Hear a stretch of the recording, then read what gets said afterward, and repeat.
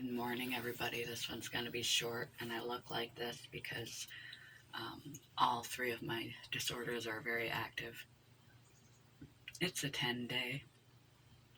I've been up for a few hours. I'm waiting on my meds to kick in, and yeah,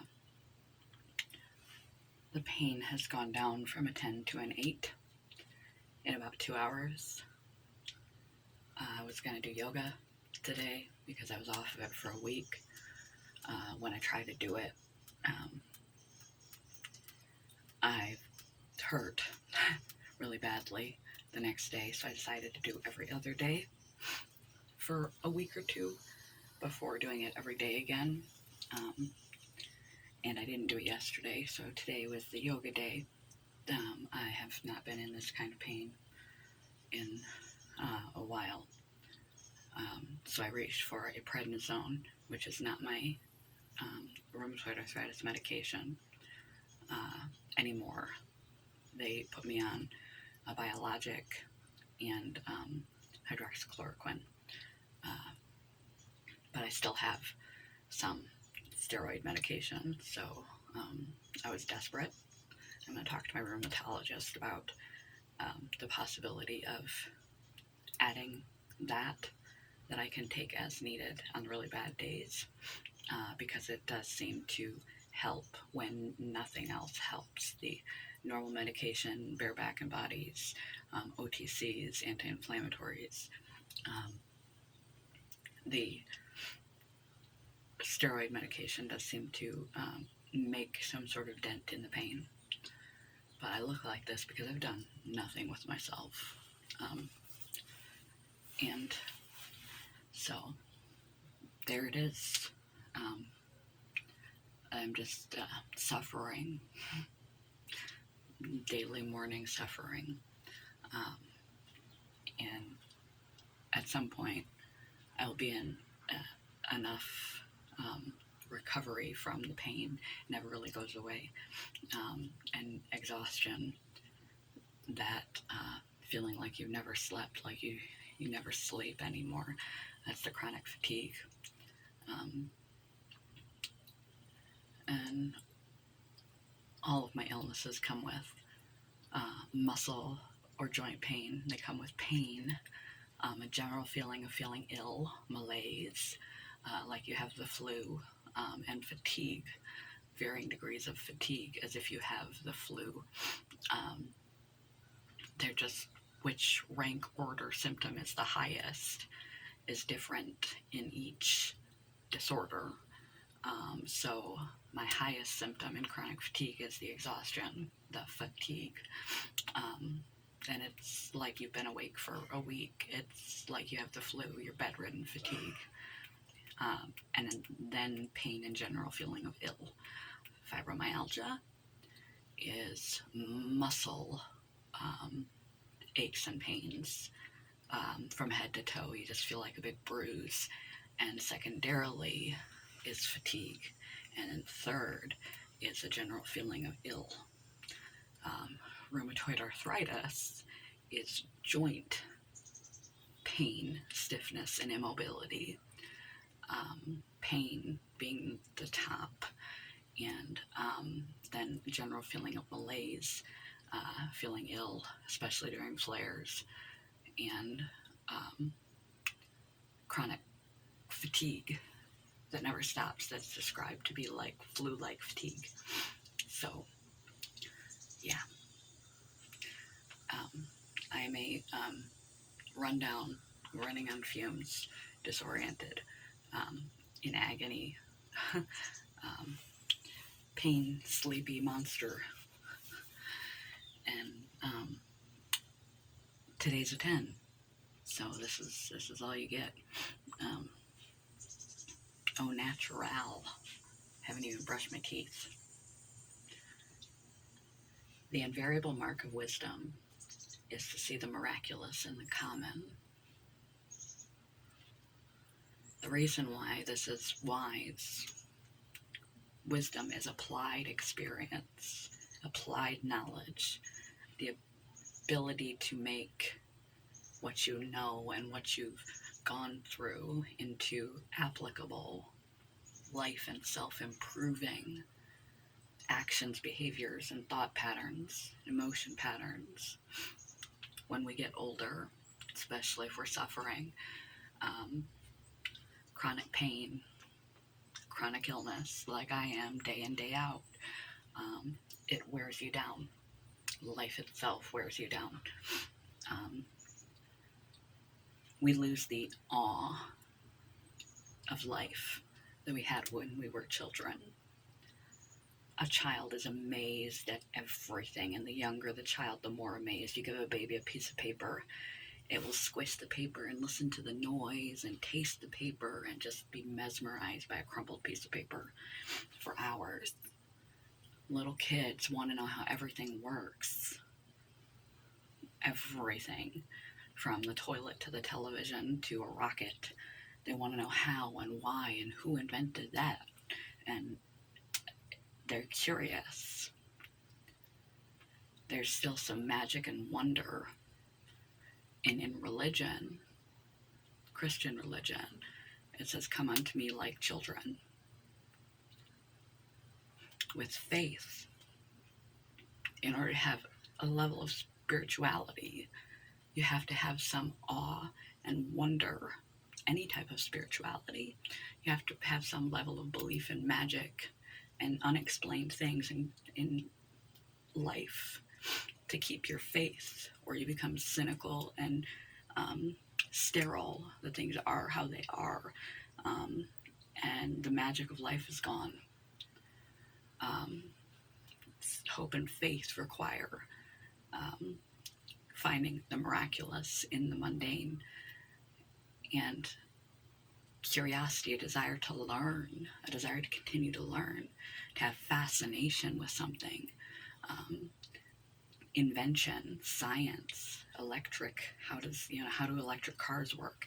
People that are really interested in anything are because their curiosity remains. They find how machines work fascinating. They find how science works fascinating. They find light bulbs fascinating. They find music fascinating. They have they find it miraculous. They see the magic in invention. They see the magic in creation. And they have awe and wonder and curiosity about life that encourages us to continue to learn, invest in skill building, invest in creativity, and keeps our mind sharp because we're always asking questions and learning about subjects because we've kept our curiosity. And it improves your mood because you still have awe. We all need that feeling of awe and wonder about life. If you see a hummingbird or a sunflower or a sunset and it doesn't move you at all, you might be clinically depressed. If you don't have the urge to pick up a dandelion anymore and blow the seeds off and make a wish, if you don't have any whimsy, any, the sight of the Grand Canyon, Niagara Falls, beautiful nature, and, epic sunsets doesn't move you, you've lost your awe and wonder.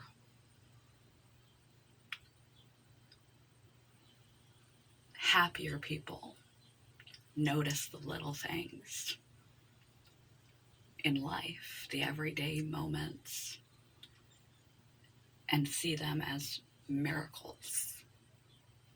They are in awe of that sunflower. They are in awe of that sunset. They are in awe of that butterfly and that bird. Even if they don't go to the Rocky Mountains, they remain fascinated and in awe of the fact we can get water from a faucet. We no longer have to go out to a porta potty or a hole in the ground. Human sanitation, medicine, science, They music, art, um, human relating. They remain fascinated, and they have some level of childlike naivety and wonder about the world in order to maintain hope, faith, and spirituality. All of those things, that attitude of noticing the mundane and remaining appreciative, awestruck, in wonderment and curiosity and awe about life, will drastically improve your mood. Adulthood has the tendency to beat that out of us. The people that have managed to maintain the capacity to notice, even notice the rose bush they pass on their walk to work, let alone to stop and smell it and be mesmerized by how beautiful it is and how plants work, photosynthesis, and um, on and on, uh, leads them into a better frame of mind every day, a desire to learn more, a wonderment about the most basic things instead of cynical detachment. It fosters gratitude and awe and magic and wonder and hope and faith. So that is why it is wise, because it improves the quality of your life every day, the quality of your learning capacity every day, the quality of your engagement every day, the strength of your faith or hope every day, if you apply it. The invariable mark of wisdom is to see the miraculous in the common. If you can hold on to that, rather than becoming cynical and dry and a little dead inside, every day will offer you something beautiful and wonderful to be grateful for, to be in awe of, synchronicities and coincidences that seem beyond belief, that seem like miracles. Anything can be a miracle if your mindset is right. So consider how you look at everyday occurrences, everyday equipment. Um, how sterile are you? How sterile is your attitude? Are you still a little playful, a little whimsical? Are you still in awe of the Rocky Mountains? Are you still in awe of a flower? Or has that all drained out of you? Try to add some whimsy, some wonder, some awe back into your life by really stepping back and taking the time to appreciate those little natural occurrences. Notice them around you and try to appreciate them, fostering a feeling of appreciation and wonder about them. And try to foster curiosity about the most mundane things, like who invented the mixing bowl, and just research it. Anything that pops into your head. Where did sanitation come from? That's a fascinating story. And the more you do learn, the more you notice that moves you, the more in that mindset you will be. And the happier and more fulfilled and fulfilling your life will feel, the better your quality of life will feel, regardless of what is going on in your body, in your emotions, in your mental health, in your situation, if you can maintain that attitude, that mindset, that perception.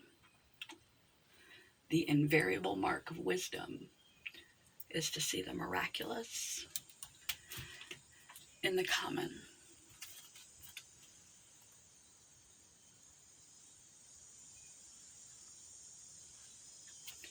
Peace, guys. Thanks for distracting me while I heard.